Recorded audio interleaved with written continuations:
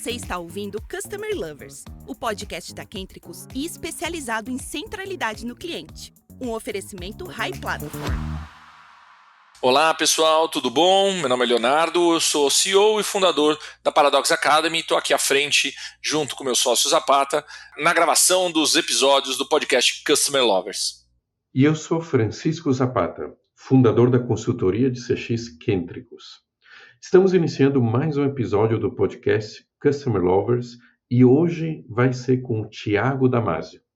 Thiago, seja muito bem-vindo ao podcast Customer Lovers e queria pedir para você começar falando um pouco da sua experiência profissional com nossos ouvintes.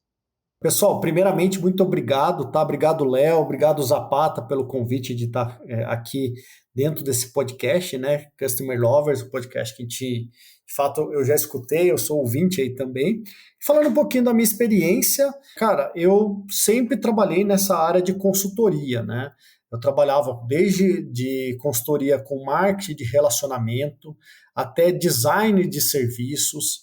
Tive a oportunidade de acelerar algumas startups dentro de programas de aceleração como o Sebrae Startup SP e também atuando aí como head em grandes empresas, grandes grupos, como o Grupo DM e o Grupo Oscar. No Grupo DM eu tive a oportunidade de criar ali uma área do zero, no qual a gente estruturou ali com a vertente de CX, UX Design e pesquisa. E no Grupo Oscar eu tinha ali dentro da minha diretoria tanto as áreas de atendimento quanto UX, CX, produtos e e-commerce. Então era uma diretoria ainda mais abrangente, né? E no meio desse caminho, né, aí quase que junto da Oscar, eu criei aí uma metodologia chamada CX Bird, que foi uma metodologia que eu criei dentro do meu mestrado. Então, acho que tem bastante assunto para a gente falar, tá? Mas de uma maneira bem resumida, essa é a minha história aí, tá, Léo? Thiago, as empresas que você passou possuem tanto lojas físicas quanto uma presença forte no e-commerce. Como é que você consegue integrar esses dois canais e oferecer uma experiência omnichannel para os clientes? Bem, Léo, é um grande desafio, né? A parte principal é entender a jornada do cliente. Em determinado momento dessa jornada, o cliente ele vai estar ou numa loja física, operando, criando ali uma jornada, fazendo uma compra de um produto, utilizando determinado tipo de serviço, como ele também pode estar navegando dentro das diversas interfaces que a empresa tem, como dentro de um site da empresa, um e-commerce, dentro de um aplicativo, ou até alguma outra solução que ele tem ali algum tipo de interação, tá? Então, o entendimento de jornada, eu acho que é o ponto de partida. Para quem, poxa, eu tenho aqui uma operação, quero começar a trabalhar uma experiência omnichannel. Desenha de uma forma bem macro a jornada do cliente. Coloca ali o que o cliente faz, o que esse cliente pensa, quais são os canais que ele está acessando, quais são as áreas envolvidas nesse canal que está ali de frente com o cliente. E tem um ponto legal também, que está dentro do livro Outside In, que ele trata a linha da invisibilidade, né? Que são as áreas que ficam no back-office, as áreas que o cliente ele nem enxerga, mas de fato contribuem para essa experiência. Por exemplo, né, a gente está falando ali de uma parte de um programa financeiro. Quando o cara está na etapa de olhar um extrato, olhar uma fatura de um cartão de crédito, a gente tem áreas financeiras ali atreladas a esse tipo de comunicação com o cliente. Se você tiver lá e tiver um extrato totalmente ali bagunçado, sem ali muitas informações, né, ou até mesmo sendo um pouco ambíguo com as palavras, você vai trazer ali uma diferença na experiência do cliente. E uma diferença, nesse caso, negativa. Então, o olhar para essa jornada como um todo, a partir do momento que você faz esse mapeamento geral, você começa a ter um ponto de partida. A partir daí, você começa a olhar canais de interações específicos. E nesse momento é interessante você ter ali instrumentos de medição dessa experiência. Seja uma medição através do NPS, medindo ali a lealdade, seja uma medição através de um CSAT, medindo a satisfação do cliente, ou então uma medição através do Customer Effort Score, que é aquela perguntinha de quão fácil foi realizar determinado tipo de atividade, para você medir uma etapa específica dessa jornada, né? Ele é transacional, assim como o CSAT. Então, a partir disso daí você tem a jornada, tem um radar com várias métricas, e aí você começa a entender um pouco mais quais são os pontos de dores, para você começar a definir prioridades dentro da organização. Tiago, vocês possuem um comitê de clientes para trazer soluções e ideias. Como funciona esse comitê e quais resultados vocês já obtiveram a partir dessa iniciativa? Nossa, ótima pergunta, viu, Zapata? Zapata, aqui que eu faço um parênteses, né? Mas foi uma das pessoas que me ajudou a ingressar no mundo de CX. Ainda quando eu fazia mentoria no Sebrae, que eu trabalhava com aceleração de startups, eu tive ali uma mentoria, uma call bem rápida com o Zapata, onde a gente discutiu um pouco a sinergia entre startups e a disciplina de experiência do cliente. Poucos dias depois, eu cheguei a ingressar no meu primeiro desafio, assim como Head de CX. Fecha aqui o parênteses, né? Mas falando aí um pouquinho do comitê de clientes, eu acho que é uma jogada muito, muito estratégica da organização. Normalmente, quando você vai criar um comitê do cliente, é interessante você ter o buy-in da alta direção. Então, assim, tem que estar contigo as pessoas que são tomadoras de decisão, né? Se possível, C-level, se possível, CEO, diretores, gerentes, para que você consiga trazer ali impacto dentro desse comitê, tá?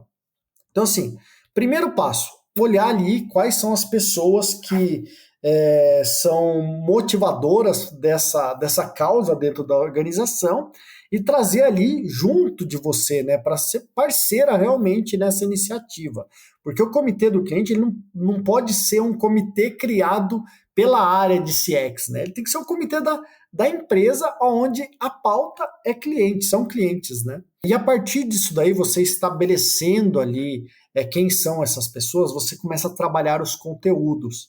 E aí o legal de você trazer dentro do comitê do cliente o conteúdo de voz do cliente. Então, busque o que o cliente está falando em diversos canais da empresa, seja ele reclame aqui, um CSAT que você tem dentro do atendimento, volume de atendimento, uma desk research onde você identifica alguns dados do usuário e quer trazer ali para traduzir isso em ações de melhoria, dentro do próprio NPS, no qual você tem ali um fechamento de ciclo, onde você começa a entender um pouco mais como que é o índice de lealdade do cliente, e você trabalha essa informação para chegar com um dado bem acionável para esse comitê de cliente. Acho que isso daí também é um ponto bem importante.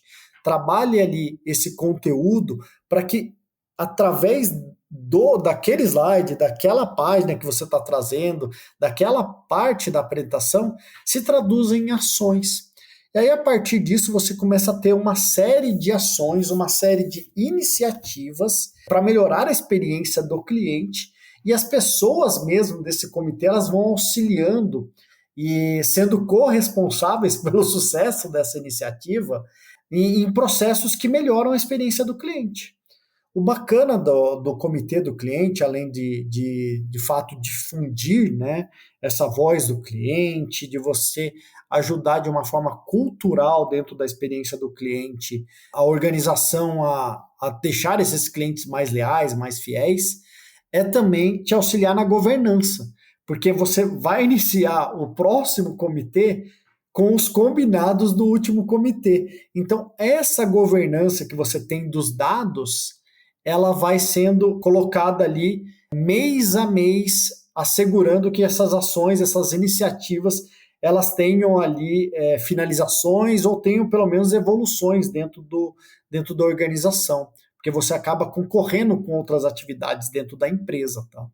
Então, acho que isso daí é de uma forma geral, como que funciona esse comitê das organizações que eu trabalhei. Excelente, excelente, Thiago. São bons projetos, né? Porque realmente o comitê de clientes faz uma grande diferença em estratégias de centralidade no cliente. Agora vamos mudar um pouco de assunto, vamos falar sobre NPS. O NPS ele é importante na medição da experiência do cliente, a gente sabe disso. Como vocês utilizam essa métrica para melhorar a jornada do cliente, tanto nas lojas físicas quanto no e-commerce, que nas experiências que você passou? Legal, ótima pergunta. NPS, ele já é uma métrica consagrada aí de experiência do cliente, né? Então, às vezes a pessoa nem conhece muito CX, mas já ouviu aquela perguntinha lá, de 0 a 10, o quanto você recomendaria tal empresa para um amigo ou familiar. E a partir disso, você tem ali como classificar os clientes entre promotores, neutros e detratores. Quando você começa a fazer isso de uma forma consistente, e aí vai uma das primeiras dicas aí, é fazer o NPS de uma forma consistente, mês a mês, no qual você consegue comparar um mês com o outro.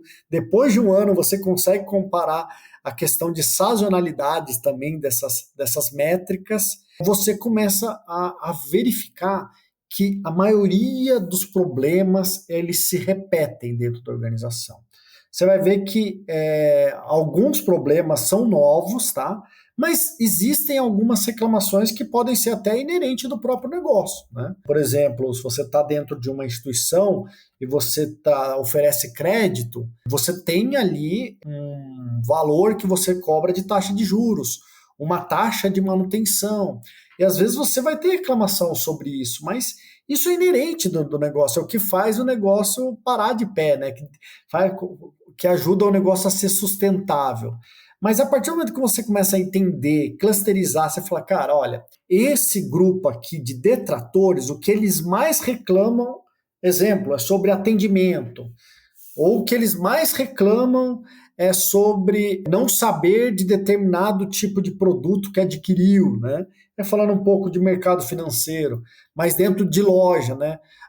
Esse grupo de detratores, eles reclamam de estrutura, eles reclamam de falta de produtos. Poxa, aqui você tem uma série de iniciativas que você pode trabalhar para melhorar esses processos. Às vezes você não vai deixar de cobrar juros, mas você vai melhorar a comunicação sobre esses juros, né? Ou até mesmo trabalhar algum tipo de programa que faça com que o cliente evite de atrasar fatura, tenha mais conhecimento financeiro. Então, assim, não necessariamente a solução criada ela vai ser eliminar uma dor, mas pode ser criar um processo para que não seja tanta dor assim para o cliente determinado tipo de ação, determinado tipo de jornada, de fluxo que ele passe de experiência junto com a sua empresa, tá? Então, a partir disso, você tem clusters, né, de detratores, neutros e promotores, e o objetivo é atuar dentro desses assuntos que os detratores falam para, de fato, diminuir essa dor, fazer com que os neutros eles sejam promotores, né? Então, ali ter uma régua no qual você consiga converter mais esses clientes neutros, que são aqueles clientes que dão nota 7 e 8, os detratores dão notas até 6, para converter esses neutros em promotores, né? Pessoas que falam bem da sua empresa. Às vezes criando momentos ali dentro da jornada, entendendo melhor esse consumidor. E os promotores, e aí vai uma sugestão que eu acabei aplicando, mas tem muito resultado, é que normalmente em NPS as pessoas só olham detratores, neutros e tudo mais, né? Mas se você olhar os promotores, ele está gritando que indica a sua empresa para alguma outra. É um momento ideal para você plugar ali um programa de indicação, member get member, e utilizar isso também ao seu favor. Então, são algumas dicas aí de NPS, tá, Léo? Tiago, como é que vocês lidam com a complexidade logística de atender tanto as lojas físicas quanto o e-commerce? Quais são as principais estratégias utilizadas para garantir uma entrega eficiente e satisfatória para o cliente? Ótima pergunta. Quando você tem uma operação que tem muitos pontos de loja física, você de fato precisa priorizar algumas iniciativas, tá? O ideal é medir NPS, CSAT por vendedor, por loja, para você conseguir monitorar um atendimento, mas a gente sabe que isso daí ele gera sim um grande investimento da organização. Quando você tem uma foto de cada uma das lojas, de como que é a experiência, é o melhor dos mundos, tá? Mas isso, às vezes, vai esbarrar em alguns tipos de dificuldades.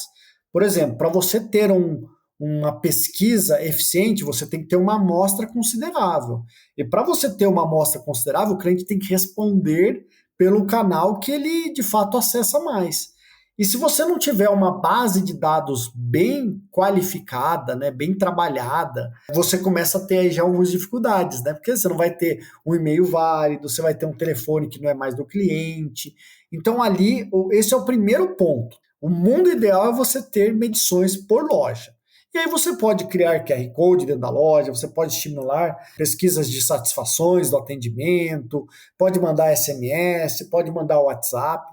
Tudo isso vai depender do seu apetite e também grau de investimento. Mas, poxa, não consigo fazer isso daí, Thiago. Quero começar a olhar a operação como um todo, mas eu quero ir conhecendo. Eu até gosto mais desse estilo, tá? Porque você não começa já gerando um custo muito alto para uma iniciativa que vai gerar resultado a médio prazo. Mas olhar o NPS de uma maneira geral, olhar um NPS relacional dentro da organização pode ser um ponto de partida. Hoje, existem diversas empresas que trabalham com essas medições, no qual elas conseguem ver ali, poxa, o que é o NPS relacional, né? O NPS relacional é que pergunta da experiência como um todo, né? Pergunta da empresa, não um NPS transacional que fala, olha, quando você indicaria o atendimento da loja tal, né? Que ele já vê uma transação. O relacional ele quer ver o geral. A partir daí, você começa a ter um NPS relacional e você começa a entender um pouco mais as dinâmicas do NPS dentro do grupo, da organização como um todo.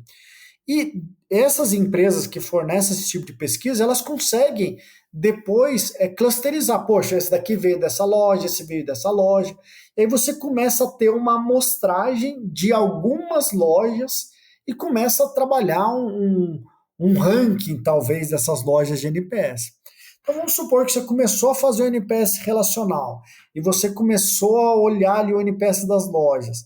O seu NPS está em 70 pontos, mas tem loja que está com 50, com 45. Você fala, opa, aqui tem uma oportunidade. Tem umas lojas que estão acima, estão com NPS de 80. Você fala, cara, olha, essa daqui ela pode ser um bom exemplo, né? Ser um benchmarking dentro da própria organização para as outras lojas. E aí você começa a engajar essas lojas, divulgando, reforçando o NPS das lojas top, né? Que fala, poxa, olha aqui como que está aqui o índice de lealdade de quem está passando por essas lojas aqui. E olhando ali as lojas que estão abaixo dessa média do NPS, você trabalhar ações de melhoria. E aí você tem sim que entrar na operação, trabalhar com o gestor daquela loja, com o diretor comercial, para que ele consiga reverter esse quadro. E aí você faz da mesma forma que você fez com o NPS com o grupo, você faz com esse NPS dessa loja.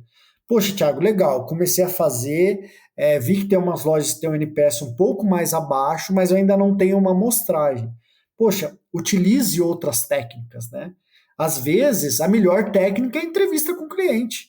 É ir lá na loja, conversar, talvez fazer um grupo de foco, depois do grupo de foco você mesclar com uma pesquisa quantitativa sobre um determinado problema já identificado, olhar o comportamento de compras desses clientes, olhar que tipo de produto mais tem saída, ou seja, unir o negócio com a experiência do cliente para auxiliar a tomada de decisão.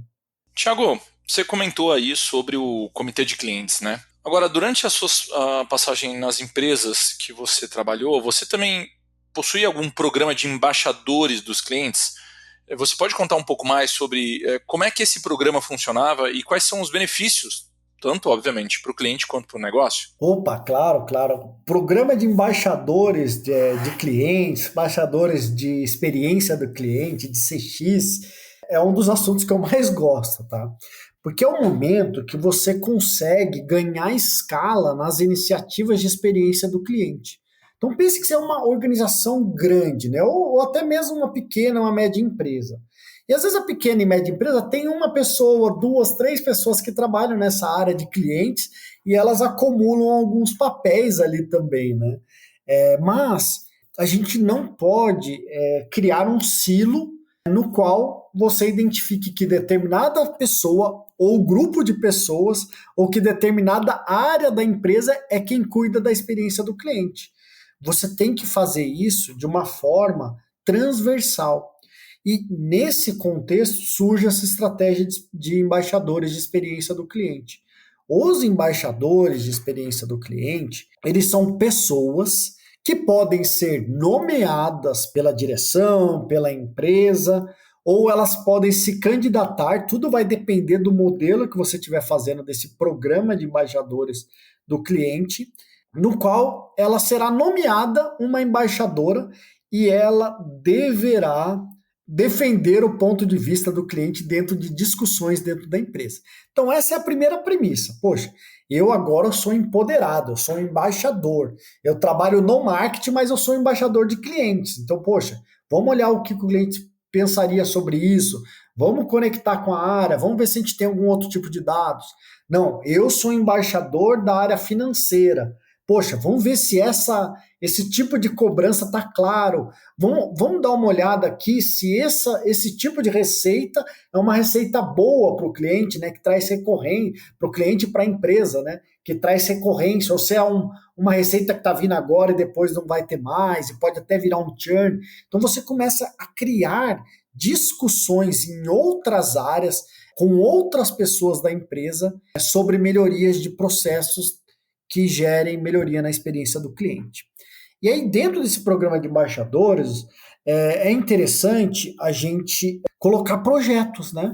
Então, legal. Então, você tem ali um embaixador, ele já defende o cliente dentro das discussões dentro da organização, mas num determinado tipo de período, determinado período, estipule ali projetos em parceria com eles, projetos que, primeiro, que consigam ser executados no tempo proposto. Acho que isso daí é a premissa básica. Segundo, que gerem melhorias para a experiência do cliente, que gerem ganhos para os clientes. Terceiro, que gerem ganhos para o negócio. Porque também a gente não quer só gerar ganho para o cliente, a gente precisa garantir a sustentabilidade da empresa. E aí, a partir do momento que vai desenrolando esses programas de embaixadores do cliente, você começa a ver projetos que podem ser iniciativas dentro da empresa e eles vão se traduzir ali em resultados iniciais. E esses projetos podem ser desde, uma melhoria num processo de abertura de crédito do cliente em determinada etapa de uma empresa financeira, uma melhoria no treinamento de atendimento da loja física, uma melhoria num processo logístico, né? E tem até mais, dá até para extrapolar, dá para trabalhar com clientes internos, né? Porque a gente sabe que hoje o cliente interno satisfeito, ele vai também trazer ali um maior índice de lealdade, de satisfação do cliente externos, né? Então, o ENPS, que é o Employee Net Promoter Score, ele está diretamente atrelado ao NPS.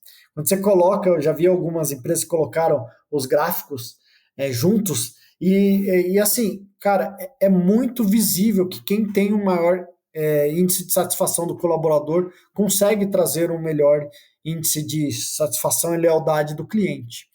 Então, dentro desse contexto, até o RH pode ser um embaixador do cliente e trabalhar uma melhoria no onboarding, para trazer ali mais conhecimento sobre CX ou conhecimento sobre clientes. Dentro do programa de integração desses grupos, a gente até apresenta as personas, né? Quem são as personas, quem que a gente atende, que é uma estratégia que a gente utiliza para aumentar a empatia. Bem, com isso, é interessante você mobilizar também os gerentes, os líderes, para participarem dessa iniciativa e até mesmo avaliarem os resultados, né? E isso de uma forma consistente, fazendo ano após ano, uma turma após outra turma, e formando embaixadores de experiência do cliente. Uma vez embaixador, ele sempre vai ser, mas o projeto ele vai estar no foco em determinado ano ali dentro da organização. Isso traz maior engajamento, traz visibilidade para o colaborador, traz melhorias de experiência do cliente e não necessariamente precisa ter um alto grau de investimento financeiro. Acho que esses são os maiores diferenciais que eu vejo desse programa. Muito bom, Ti. Cara, que bate-papo legal, hein? Poderíamos ficar horas aqui conversando, falando sobre isso. Você tem muito conhecimento aí para passar, principalmente nessa relação de loja física com loja online, que é um grande desafio das empresas, das pessoas que trabalham com isso, né? Isso é uma dinâmica super difícil. E para a gente encerrar agora, Thiago, eu passo o microfone para você finalizar e deixar uma mensagem final para os nossos ouvintes. Nossa, bacana, olha, passou super rápido realmente aqui, né? Bem, uma mensagem final, eu tô muito numa vibe de fato falar que CX é para todos, tá? CX não é para um grupo de profissionais que está estudando, que é formado na área, que daqui a pouco a gente vai ter uma CBO também específica, mas CX é para todos, é para toda a organização. Então, todo mundo, de fato, pode contribuir com melhorias da experiência do cliente. Eu até arrisco a dizer que CX ele olha, ele mensura, ele define estratégia, ele ajuda na cultura, mas não é ele, na maior parte das vezes, que entrega essa experiência. Então, se você tiver uma empresa engajada, todo mundo respirando esse ar de centralidade no cliente, você tem ali uma empresa muito mais focada e centrada em quem mais importa no mundo dos negócios, né? Então, aí para finalizar, CX é para todos. É para todos mesmo, muito bom. Bom, Thiago, mais uma vez obrigado por contribuir com a gente, com a nossa comunidade, com todo o seu conhecimento, a sua expertise. E obrigado a todos por nos acompanharem em mais um episódio do podcast Customer Lovers. Não se esqueçam de nos seguir aí nas nossas redes sociais, no Spotify, e acompanhar os próximos episódios do podcast Customer Lovers. Até a próxima, pessoal! Você acabou de ouvir o Customer Lovers, o podcast da Kentricus com o oferecimento da High Platform. Visite nosso perfil no Spotify e se liga em todos os episódios que já rolaram por aqui.